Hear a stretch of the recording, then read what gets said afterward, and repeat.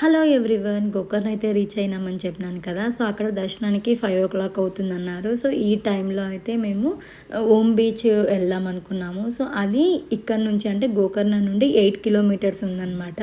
చాలా బాగుంటుందండి. మేము గూగుల్లో చూసాము ఇది కూడా. సో ఇంకా మేము మ్యాప్ పెట్టుకొని వెళ్ళామన్నమాట. చాలా అంటే చాలా ప్లెజెంట్గా చాలా బాగుంది బీచ్ అయితే.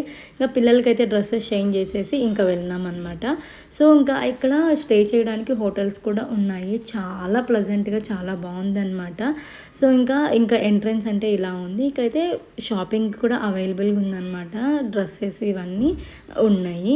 సో ఇంకైతే కిందకి వెళ్తూ ఉంటే మనకు బీచ్ కనపడుతూ ఉంటుంది. ఆ వ్యూ అయితే ఇంకా అద్భుతము, చెప్పనక్కర్లేదనమాట. అంత బాగుంది. సో ఇంకా కిందకి వెళ్తున్నాం.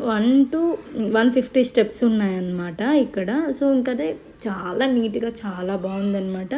వాటర్ యాక్టివిటీస్ కూడా ఉన్నాయి ఇక్కడ. సో అది